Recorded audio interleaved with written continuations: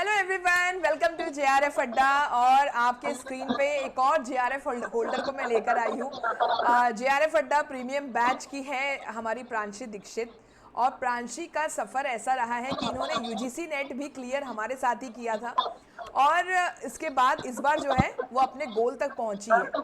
UGC net clear करने के बाद इनको ऐसा था कि मैम मुझे पता नहीं करूं कि नहीं करूं, या मैं एडमिशन ले लूं पीएचडी में। तो मैंने बोला हाँ बिल्कुल, आप स्टार्ट कर दो अपनी रिसर्च जर्नी, लेकिन प्रिपरेशन को मत छोड़ना, क्योंकि बहुत थोड़े से मार्क्स से जो है ये पीछे रह गई थी। और अभी जो है वो जेआरएफ का सपना इन्होंने पूरा कर लिया। So Pranshi Dikshit, congratulations.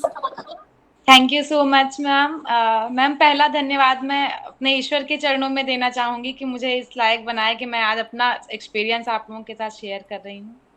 दूसरा मैम, मैं जेआरएफ अड्डा से बहुत दिल से कनेक्टेड हूँ। वो सिर्फ एक प्लेटफॉर्म नहीं है मेरे लिए, क्योंकि मैं बहुत बिगिनर थी। मतलब घर पे भी ऐसा हायर एजुकेशन का कोई सपोर्ट नहीं था। बेसिक में मेरा भाई भी टीचर है, बेसिक डिपार्टमेंट में घर में सब लोग हैं। और ये मेरी अपनी खुद की एक बनाई जर्नी थी जिसमें मैं अकेली पड़ गई थी एक्चुअली। तो मैं यूट्यूब पे अदिति मैम का वे ऑफ टीचिंग देखती थी, तो मतलब ऐसा होता था कि मैं घंटों घंटों की क्लास कर लेती थी और बिल्कुल बोर नहीं होती थी। मुझे लगा कि कुछ खास है इसमें। फिर वो फर्स्ट पेपर के लिए मैम हेल्पफुल रहा मेरे लिए। लेकिन तब मेरा नेट नहीं हो पाया था, मेरे फर्स्ट अटेम्प्ट में नेट भी मेरा नहीं हुआ। सेकेंड अटेम्प्ट तक आते आते मैम आप मिल गई मुझे एजुकेशन पेपर 2 के लिए। एकदम मेरेकल सा हो गया वो मेरे लिए। पेपर 1 अदिति मैम के जरिए और पेपर 2 के लिए आप जस्ट लाइक मतलब क्या ही था कमाल वो कि सेकेंड अटेम्प्ट में मैम मेरा नेट क्वालिफाइड हुआ। Just because of you and Aditi ma'am, वो एक कॉम्बिनेशन बहुत बेहतर मेरे लिए रहा। और मैम थर्ड अटेम्प्ट का रिजल्ट तो आपके सामने है कि आपकी गाइडेंस और अपनी मेहनत के बलबूते पे मैम मैं आज यस, मैं एक तो अच्छे बोलूँ खासा। तुम्हारी मेहनत बहुत ज़बरदस्त रही है प्रांशी। तुम एक कंसिस्टेंट स्टूडेंट रही हो हमेशा से ही। और प्रांशी, अपना बैचलर्स तुमने और ग्रेजुएशन पोस्ट ग्रेजुएशन जो है वो कहाँ से किया है? यस मैम, मैं थोड़ा मैम मैं मतलब एक स्टूडेंट के वे ऑफ में बताना चाहूँगी कि थोड़ा उतार चढ़ाव वाला रहा है ग्रेजुएशन और पोस्ट ग्रेजुएशन का मेरा। मेरा ग्रेजुएशन बीकॉम था, ये फैजाबाद यूनिवर्सिटी से था। और फिर उसके बाद मैंने एमकॉम किया। फर्स्ट मास्टर्स की डिग्री मेरी एमकॉम की है, वो कानपुर यूनिवर्सिटी से थी मेरी। तब मैम मैं बैंकिंग की तरफ जाना चाह रही थी और मैंने कोशिश मतलब स्टार्ट भी कर दिया था, बट सडन घर वालों का मन हुआ, क्योंकि दो भाई बहनों का बेसिक में सिलेक्शन हुआ था।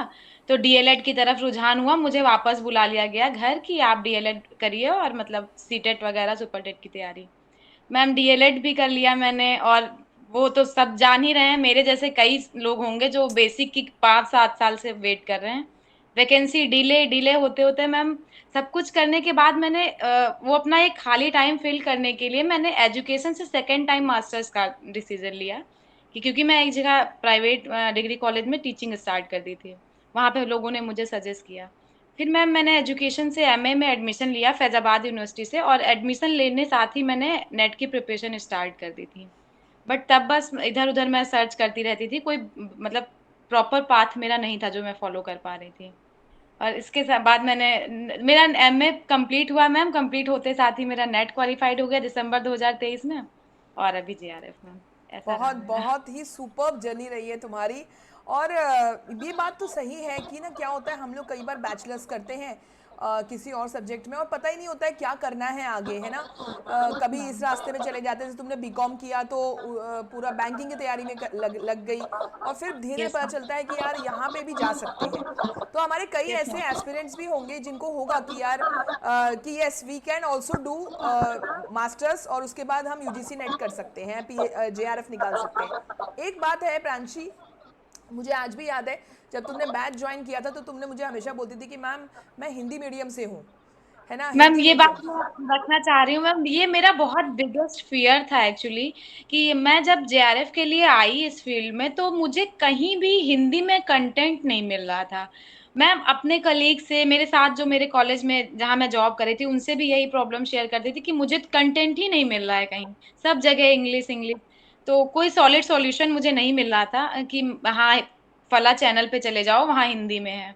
तो मैम धीरे धीरे मैंने अपने को यूज टू किया जेआरएफ अड्डा पे, क्योंकि ऐसा था कि यहाँ का कंटेंट की क्वालिटी तो नो डाउट ऐसी मुझे कहीं मिली नहीं। तो मैंने नोट्स इंग्लिश में बनाना स्टार्ट किया। और धीरे धीरे धीरे मैम मुझे अलग से मेहनत नहीं करनी पड़ी लैंग्वेज स्विच करने पे। वो अपने आप से मेरी हिंदी की तैयारी इंग्लिश पे कब धीरे धीरे पहुंच गई, इतना इंग्लिश पे पहुंची मैम कि मैं जो प्रैक्टिस पेपर लेके आई थी हिंदी में, मैं अगर दिखाऊं वो नए के नए रखे हैं, मुझे इंग्लिश वाले मंगाने पड़े क्योंकि मुझे इंग्लिश में इतना इजी लगने लगा था सब कुछ। तो लैंग्वेज इज जस्ट, मतलब इसको अपना पाथ बनाए ना कि फियर बनाए कि मुझे हिंदी आती है या मुझे इंग्लिश आती है, दोनों लैंग्वेज को अपने अकॉर्डिंग सेट करके इस तैयारी को बेहतर किया जा सकता है मैम। और आप मतलब जेआरएफ अड्डा के कंटेंट को मैम मैं क्या ही कहूँ, अगर थोड़े से इसमें कुछ एफर्ट्स अपने बच्चा डाल दे तो एक गोल्डन एक मेरेकल जैसा हो सकता है मैम। हाँ, ये बात तो है प्रांशी कि मुझे मतलब मेरे को जो याद आता है ना तुम्हारा सफ़र, तो हिंदी मीडियम के होकर तुम क्या करती थी कई बार उसको, जैसे मैं जो पढ़ाती थी, मैं तो इंग्लिश में ही मेनली पढ़ाती हूँ, बट हाँ हिंदी का कंटेंट भी रहता है साथ में। बट यस कई मैम। हिंदी मीडियम वाले बच्चे मुझसे बोलते हैं कि मैम हिंदी में पढ़ाइए, हिंदी में पढ़ाइए। तो मैं ये बात बोलती हूँ, तुम बताना कितना सही है, कितने हद तक सही है, क्योंकि तुम उसका एक बहुत बड़ा एग्जाम्पल हो। तो यस मैं उनको मैम। कई बार बोलती हूँ कि देखो आजकल क्या है, ये विडम्बना है, मैं तो हमेशा बोलती हूँ ये एक विडम्बना ही है कि हमारी यूनिवर्सिटी में इंग्लिश को हमेशा प्रेफरेंस दिया जाता है। ठीक है, तो मैं उनको हमेशा यही बोलती हूँ कि देखो ये प्रिपरेशन का ही टाइम है जब तुम अपने हिंदी मीडियम को इंग्लिश में कन्वर्ट कर सकते हो, और ये आगे बिल्कुल तुम्हारे बहुत काम आएगा। तुम क्या सोचती हो, क्या मैं क्या सही हूँ इसमें? मैम, ये आपकी बात से मैम 100 क्या मैं 110% एग्री करती हूँ। ये चीज मैंने अपने लेवल पे रियलाइज करी है मैम कि ना सिर्फ हिंदी के होकर के, अगर अभी मेरा ये जस्ट जेआरएफ निकल भी जाता होप सो, तो आगे मुझे वो चीज फेस करनी पड़ती कि केवल हिंदी के बलबूते पे ना मैं कोई सेमिनार प्रेजेंट कर पा सकती हूँ, ना कोई मेरा अभी तक आर्टिकल वगैरह भी मुझे ऐसा नहीं दिखा कि टोटली हिंदी हिंदी के सहारे ही हो गया हो जितना मैंने सर्च किया। मैम अभी मेरा ऐसा है कि मैं आपके कंटेंट को, कोई कोई क्लास ऐसी होती थी जिसकी मैं पीडीएफ निकलवाती थी, फिर भी उसके नीचे इंग्लिश के नीचे मैं हिंदी, हिंदी के नीचे कहीं इंग्लिश, मिला जुला अपना इतना प्रॉपर नोट अपने अकॉर्डिंग मैंने सेट किया, जो कि मेरे हिसाब से मेरे हर साथी को करना चाहिए कि ना आपके इंग्लिश के कंटेंट पे टिक के रहना, ना किसी के सिर्फ हिंदी के कंटेंट पे टिक के रहना है। अपने अकॉर्डिंग नोट्स बनाएं, जो शब्द हिंदी में समझ में आ रहे हैं उनको हिंदी में समझिए, और जो इंग्लिश में समझ में आ रहे हैं उनको हिंदी इंग्लिश में समझिए, और अपनी नोट्स को इतना सॉलिड बनाई। मैम मेरा अभी सिलेबस मेरे पास पड़ा हुआ है, ये पूरा रंग डाला था मैंने, मतलब कहीं हिंदी कहीं इंग्लिश, ये पूरा एकदम इसमें मेरे अपने खुद के शब्द थे मैम। और मैं एक चीज मैम बताना चाहूंगी कि अपने जो ये छोटे छोटे जो कोट्स मीम्स बना लेते हैं हम लोग, इसकी बहुत हेल्प होती है मैम। मैं अपनी ये चीज शेयर कर रही हूँ। ये आपने बोला था कि एक वो बना लो आप लोग जो थिंकर्स का एक सीक्वेंस बनाना था, वो मेरे से बहुत मिस हो रहा था, मैंने ग्रुप पे शेयर भी किया था। तो छोटा छोटा मैं लिख लेती थी कि मस्त वो मैं आज, ऐसे कुछ कॉमेडी वाले बना लेते थे। अपनी मैम तैयारी को एक इंटरेस्टिंग वे में ले जाना है, वो हम ही डिसाइड कर सकते हैं। एजुकेटर सिर्फ मुझे एक रास्ता दिखा सकता है, उस रास्ते को हम कितना मनोरंजक कितना रुचिदायक बना सकते हैं वो मेरे को डिसाइड करना है मैम। मानना यस पड़ेगा यार मैम। प्रांशी, तुमसे मैं सीख, मुझे सीखना चाहिए तुमसे। और ये बात बिल्कुल सही बोल रही हो तुम कि ठीक है एजुकेटर निमोनिक भी बना कर दे देता है कुछ कुछ, लेकिन अगर आप खुद से बनाते हैं ना तो वो लाइफ टाइम तुमको याद रहेगी, लाइफ यस टाइम। मैम। और मनोरंजक यस मैम। बनाने वाली बात बोली, इसी को हम कई इंग्लिश में बोलते हैं एडुटेनमेंट करना। बस वही मनोरंजक बनाना बहुत ज़रूरी है, तभी तुमको वो चीज़ें हमेशा याद रहेगी और तुम भी आगे चलकर किसी यूनिवर्सिटी में प्रोफेसर ही बनने वाली हो। जब तुम्हारे अंडर बच्चे पढ़ेंगे तो कितना एंजॉय करेंगे कि यार मैडम तो कितने अच्छे से पढ़ा दिया मैम ने, कि कॉम्प्लेक्स चीज़ों को भी कितना आसान कर दिया। बिल्कुल मैम जैसे बिल्कुल। बहुत सी चीजें मेरे निमोनिक बहुत फनी होते थे इतने कि मैम मैं आपके साथ शेयर नहीं कर पाती थी, लेकिन मैं अपने फ्रेंड सर्कल में शेयर करती थी, हम लोग बहुत हंसते थे कि मस्त मैं वो आज पूरी नाइट मस्ती करेंगे, पता नहीं क्या ही क्या। लेकिन वो मैम एग्जाम में पूरा डे टू मुझे हेल्प करते थे वो। तो मुझे जैसे लीलो वीफो ये सब पता नहीं मैंने क्या क्या बना के रखा था, और मुझे हेल्प भी किया मैम वो।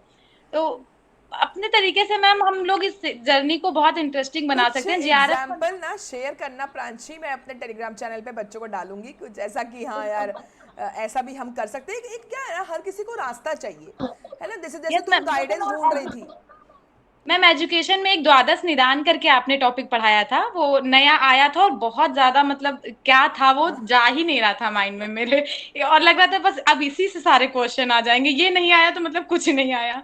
तो उसको मैंने मैम इतना मतलब पर्सनल कंप्यूटर से रिलेटेड एक पूरा एक पोयम जैसा बना डाला और वो पूरा हो गया मेरा। सस्टेनेबल गोल का मैंने अपना खुद का बना लिया था, और ये सब कुछ मैम मैं अपना सस्टेनेबल वाला कहानी तुमने बना शेयर बना भी किया था, मैं देखती हूँ, एक बार फिर से करना। आई विल पोस्ट, मैं पोस्ट करूंगी टेलीग्राम पे, बच्चों को भी दिखाना है कि कैसे आपको पढ़ना चाहिए। अच्छा। मैम मेरे रूम में कोई मेरी फ्रेंड आती थी तो कहती ये क्या लिखी हो तुम, मतलब क्या मस्त हो, और ये लीलो वीफो फीफो, हम क्या ये सब हम ही समझ सकते हैं, लेकिन मैम वो बहुत अलग लेवल था उसका, बहुत हेल्प हुई उससे मैम। अच्छा, एक बात बताओ मुझे प्रांशी, बस एक और एक सवाल है, बहुत इंपॉर्टेंट है कि एक तो देखो, चलो हिंदी मीडियम तुम्हारा बेस था, मतलब बैकग्राउंड था, तो क्या तुम्हें कोई दिक्कत हुई थी पेपर वन में मैथ्स और डीआई में? मैम हाँ, ये चीज़ आपने बहुत अच्छी पूछी मैम। मेरा एक ये नेगेटिव पॉइंट भी था, आपने भी शायद मुझे ये बोला कि प्रांशी मतलब तू बहुत डल रहती है, मतलब एक्साइटमेंट नहीं है तेरे अंदर, क्योंकि मैम मैं सारा फोकस स्टार्टिंग में डीआई और मैथ्स पे करती थी, मुझे लगता था मैं जीरो हूँ मैं, मुझे बहुत कम मैथ्स और डीआई आती है। लेकिन फिर आदिति मैम ने एक फॉर्मूला दिया था 7:3 का, मुझे याद है कि यूनिट को 7:3 में कर लीजिए, 7 यूनिट आप एकदम स्ट्रॉन्ग कर लीजिए और 3 यूनिट्स अगर आपके हल्के अधूरे भी हैं तो उसको थोड़ा सा साइड करके 7 को, उसको मैंने मैम पूरा फॉलो किया। और जिसमें से मेरा मैम आपको बिग थैंक्स है कि पीपल डेवलपमेंट का, जिस पिछली बार मेरा नेट जो रह गया था उसमें मैंने पीडी ही छोड़ रखा था मैम, क्योंकि मुझे मिल नहीं रहा था कहीं कंटेंट। इस बार मैम आपने क्या ही कवर कराया मैम, हर स्टूडेंट बस यही कह रहा है कि मैम ने पीपल डेवलपमेंट का तो एकदम हम लोगों को शरबत घोल के पिला दिया है, पूरा एकदम मस्त सारा टॉपिक इन डेप्थ कवर कराया मैम। और लैंग्वेज का मैम कहीं कोई डर नहीं रहा, सिर्फ मेरे साथ मैथ्स और डीआई का रहा। लास्ट में मैम यही बोलूंगी कि डीआई मैंने नहीं सॉल्व करी थी इस बार, और मैंने सिर्फ लास्ट में टाइम बहुत कम था, अब इसको चाहे लक फैक्टर बोलिए मैम या जो भी है। मैंने, आपने एक बार बोला था कि एक ऑप्शन को पकड़ के अगर टाइम ना बचे तो सिर्फ एक ऑप्शन को पकड़ के टिक करना, मैंने मैम सिर्फ डी ऑप्शन टिक कर दिए पांचों में। और लक फैक्टर देखिए मैम, फाइनल प्रोविजनल से फाइनल में आते आते भी डीआई में मेरा एक क्वेश्चन का मार्क्स बढ़ गया, 3 क्वेश्चन मेरे सिर्फ डी डी ऑप्शन सेलेक्ट करने से सही हो गया मैम। अच्छा, वो मेरे हाँ, लिए वो बहुत क्वेश्चन जो सही हुआ था, ओ माय गॉड, जो करेक्शन हुआ उसका भी ऑप्शन डी था। बिल्कुल सही बोला। ये भी एक तुक्का मारने का ट्रिक, देखो भाई जितने भी एस्पिरेंट्स है ध्यान से सुनो, अक्कड़ वक्कड़ बम्बे को मत खोलना, मतलब या तो ए पे सारे ए पे लगा देना, या सारे बी या सी या डी, ऐसा मैम नहीं मुझे कि ये ए भी बी। आपने सिखाया था कि बेटा मतलब कभी भी अगर आपको ऐसा सिचुएशन आए तो एक ऑप्शन पकड़ के करना, मैंने वही। और दूसरा मैम आपकी एक टिप्स मुझे पेपर में हमेशा याद रहती है कि पहले रीडिंग कॉम्प्रिहेंशन एकदम खुले दिमाग से कर लो, क्योंकि वो आपके अपने नंबर हैं, वो ना जाने दो। ये लाइन याद रहती थी मुझे हमेशा, मैंने तीनों रीडिंग कॉम्प्रिहेंशन करके आराम से अच्छे से पढ़ के रख दिए। उसके बाद मैम पेपर 2 पूरा बहुत अच्छे से किया, और पेपर के दौरान मैंने मैम टाइम का बहुत प्रेशर नहीं लिया, क्योंकि जिस टाइम जिस क्वेश्चन में थी मैंने उसको अच्छे से रीड किया, उस पे फोकस किया। और एक दो मेरे फ्रेंड्स ऐसे हैं जिन्होंने ये मिस्टेक की कि वो इस पे फोकस कर रहे थे कि मैं जल्दी कर लूं, वो टाइम अपना है, वो बचा के हम कुछ और नहीं कर सकते हैं मैम। तो वो टाइम अपने क्वेश्चंस को देके अच्छे से अगर उसको हम रियलाइज करके समझ के करते हैं तो एक एक क्वेश्चन मेरे लिए बहुत आगे तक ले जा सकता है मुझे। मतलब ये मेरे लिए जल्दबाजी में अच्छी बात गड़बड़ हो है। सकती है, इसलिए आप जब क्वेश्चन करें तो पूरे कंसंट्रेशन के साथ करें, है मैम ना? एक समय पे एक क्वेश्चन में रहे हैं, ये नहीं कि ये भी कर लूं फिर ध्यान आगे में भी लगा है कि वो भी करना है। एक समय पे एक को पकड़िए उसको, क्योंकि अब लेवल मैम पेपर का ऐसा है कि क्वेश्चन को अगर आप पकड़ के नहीं चलेंगे तो क्वेश्चन हल्के से पढ़े, ऑप्शन में गए क्वेश्चन छूट गया, फिर क्वेश्चन में गए फिर ऑप्शन में आए, ये भाग दौड़ करनी पड़ सकती है अगर हम लोग सीरियस होकर क्वेश्चन रीड नहीं करेंगे तो। नहीं, ये बात तो तुम बिल्कुल सही कह रहे। अच्छा, मुझे एक बात बताओ प्रांशी, कोई मॉक टेस्ट लगाया था?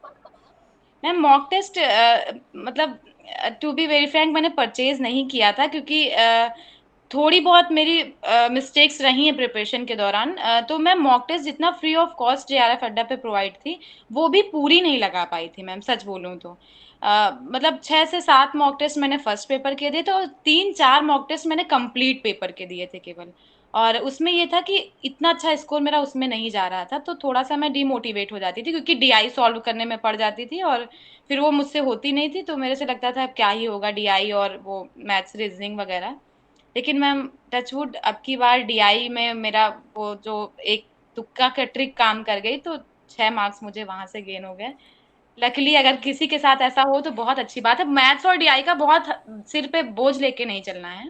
खासकर गर्ल्स में बहुत ज़्यादा ये प्रॉब्लम हो जाती है कि मैथ्स डीआई को आगे रख देते हैं और बाकी सब चीज़ों को भूल जाते हैं। हाँ, और फिर वो 30% पे ध्यान देने के कारण पूरा जेआरएफ भी छूट जाता है। मैम तो मेरा बिना मैथ्स और डीआई का मेरा मैम 72 मार्क्स फर्स्ट पेपर में है। मैं सच बता रही हूँ, मैंने मैथ्स और डीआई पे कोई मेहनत नहीं की है, नहीं होता था मुझसे मैम।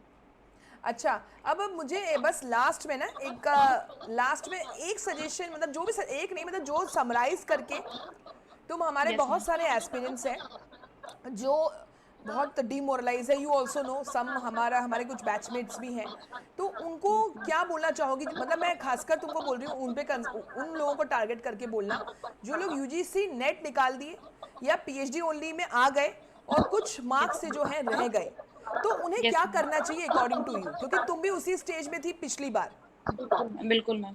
मैम वेरी सिंपली मैं यही बोलूँगी कि हम लोग उस दिशा में होते हैं। अगर आपने ये ट्रैक चुना है तो इसका मतलब आप 80% चल कर आ गए हैं। एक हायर एजुकेशन की फ़ील्ड को आपने चुन लिया है। अगर 20% में कहीं कसर रह जा रही है, तो डिसाइड आपको करना है कि फिर से वापस जाकर आप ज़ीरो लेवल पे जाना चाह रहे हैं या 20% में थोड़ी मेहनत करके आप 100% को बहुत आसानी से अचीव कर सकते हैं। क्योंकि सबके पास मैम एक अपना फंडा बन चुका है इस तैयारी को लेकर के। कहीं कोई चूक रह जा रही, उस पे फ़ोकस करना और उसको बहुत एक्टिव करना है। और मैं अपना मैं बताऊँ, मेरा जब नेट निकला था, तो मैं अपने पेरेंट्स की वो स्माइल महसूस करी कि मम्मी को बहुत अच्छा लगा, अच्छा बेटा नेट निकल। मैंने सोचा ये जेआरएफ निकलने पे कैसी हो सकती है? फिर उस पे मैं लग गई कि मैंने आपको बोला भी था कि मैम मैं मम्मी के लिए और आपके लिए जेआरएफ निकालना चाह रही हूँ। मैं चाहती हूँ कि वो खुशी मैं आप लोगों को दे पाऊँ।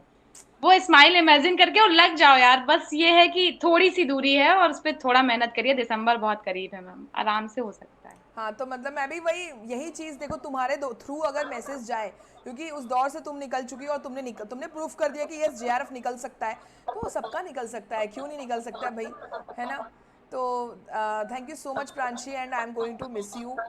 भैया जुड़े रहना। मैम मैं साथ रहने वाली हूँ आपके, मैं कहीं नहीं जाने दूंगी आपको। नहीं नहीं, मैं तो बिल्कुल। डर रही हूँ बल्कि कि मैम मेरे को भूल ना जाए। अभी रिसर्च की जर्नी, सारी जर्नी मैम आपके साथ चलनी है मुझे अरे बस। नहीं नहीं नहीं नहीं, बिल्कुल भी, मैं कैसे भूल सकती हूँ यार, तुम लोग कुछ ऐसे स्टूडेंट्स हो जो, मतलब होता है ना, मतलब जुड़ जाते हो यार, दिल से जुड़ जाते हो, सिर्फ पढ़ाई ही करवाती हूँ ऐसा नहीं, दिल से जुड़ जाते हो बहुत ज़्यादा। और पूरा जेआरएफ अड्डा जो है तुम पे बहुत प्राउड है, मतलब फील कर रहा है, क्योंकि एजुकेशन में इस बार बहुत धमाकेदार रिजल्ट आया है, हमारे 25-25 अचीवर्स है। मैं छोटी सी बात जेआरएफ अड्डा के लिए कहना चाहूंगी अपनी साइड से मैम, कि बहुत भीड़ है मैम। ऑनलाइन एजुकेशन में इतनी भीड़ है कि अगर ढूंढने में लगेंगे मैम तो शायद महीनों में हम लोग एक चैनल कहीं ढूंढ पाएंगे। बिना टाइम वेस्ट किए मैम एक जगह फोकस हो जाइए। और अगर जेआरएफ अड्डा का कंटेंट किसी को नहीं समझ में आ रहा है, इसका मतलब आपको अपने पे मेहनत करने की जरूरत है। जेआरएफ अड्डा के कंटेंट में कमी कोई नहीं है मैम। हाँ ये है कि दो चार टॉपिक ऐसे होते हैं जिसके लिए हमने भी हेल्प ली मैम। इस प्लेटफॉर्म से मैं नहीं नाम ले सकती हूँ, वो सभी करते हैं। एक सिंसियर स्टूडेंट की पहचान होती है कि वो एक पे टिक के नहीं रहता है। लेकिन बहुत ज्यादा भटकना भी नहीं है मैम, वो सिर्फ टाइम वेस्टिंग होता है। मैंने किया था स्टार्टिंग में, इसलिए मैं कह रही हूँ फोकस होने से टाइम बचेगा और वो टाइम आप किसी और जगह लगा सकते हो, यूटिलाइज कर सकते हो। नहीं, यस बिल्कुल मैम। बिल्कुल सही कह रही हो, एकदम समझदार बच्चे की भी निशानी होती है, फोकस एक ही के साथ रखो। लेकिन हाँ, थोड़ा सा अगर उसमें टॉप अप करना है तो यू कैन डू दैट, उसमें किसी ने रोका मिर्च नहीं है। मसाला डाल सकते हैं मैम, मिर्च मसाला डाल के और टेस्टी बना सकते हैं, पर डिश चेंज करने की जरूरत नहीं है। Yes ma'am. बिल्कुल बिल्कुल। चलो, तो thank you so much Pranshi, बहुत अच्छा इंटरव्यू रहा तुम्हारे साथ, इतना मज़ा आया, बहुत कुछ सीखने को भी मिला मुझे। और अपना निमोनिक ज़रूर शेयर करना मुझसे, मैं अपने टेलीग्राम चैनल पे शेयर करूंगी, बच्चों को भी आइडिया मिलेगा कि भाई खुद से भी इतने इंटरेस्टिंग चीज़ों से तरीके से आप पढ़ सकते हो। मैम च- कई नेमोनिक्स मैं सारे शेयर कर दूंगी, अब सबके काम आए वो नेमोनिक्स मेरे। Yes ma'am. ओके, बिल्कुल थैंक यू बिल्कुल। सो मच मैम, मुझे यहाँ पे मौका देने के लिए। अपनी छोटी मोटी जो टूटी फूटी चीजें हैं वो मैंने शेयर की आप लोगों के साथ। अरे थैंक यू नहीं सो नहीं मच। प्रांशी, तुम लोग शान हो भाई। अपने माँ बाप की भी बन गई हो शान, और जेआरएफ अड्डा की भी, मेरी भी शान हो। और देख के लगता है कि हाँ यार, ये बच्चे जो है हमारे से निकले हैं। और तुम लोग अभी तो, और अभी तो स्टार्टिंग है भाई, चमकना अभी तो बाकी है। सूरज की तरह मैम, चमकोगे तुम। सब अपने सभी साथियों को मुझे यही कहना है कि अगर दृढ़ संकल्पित होकर अपने लगन पे लग गए आप, तो सफलता एक दिन में नहीं लेकिन एक दिन जरूर मिलेगी, ये मन में ठान लीजिए बस। और मिलेगी। जेआरएफ अगली बार आपका है। कुछ मेरे फ्रेंड्स ऐसे हैं जिनके लिए मैं सच में सैड फील कर रही हूँ, उनका दिसंबर में जेआरएफ मेरे को देखना है। अगर वो मुझे सुन रहे हैं तो बस लग जाओ अब। Yes ma'am. यस यार, मैं खुद उस वेट कर रही हूँ कि सबका जेआरएफ निकले, और फिर हम लोग एक ग्रैंड सेलिब्रेशन करेंगे पर्सनली अपना सब मिलके। और वैसे मैम जयपुर तो 22 को तुम आ आ रही रही हो ना? हूँ। यस मैम, मैं टिकट कंफर्म करा चुकी हूँ, मैं 22 को आ रही हूँ। अरे गजब भाई, वाह, मजा आ जाएगा, मजा आ जाएगा। और सभी बच्चों को मैं अपनी तरफ से भी इनवाइट कर रही हूँ, जरूर आइएगा आप लोग सब जयपुर 22 को। 10 बजे, 12, ऐसे 10 से 12 के बीच में जो है हमारा सेलिब्रेशन है। तो सभी लोग आ जाइएगा। चलिए, okay, thank you so much Pranshi, thank you so much. Okay ma'am, प्रणाम मैम।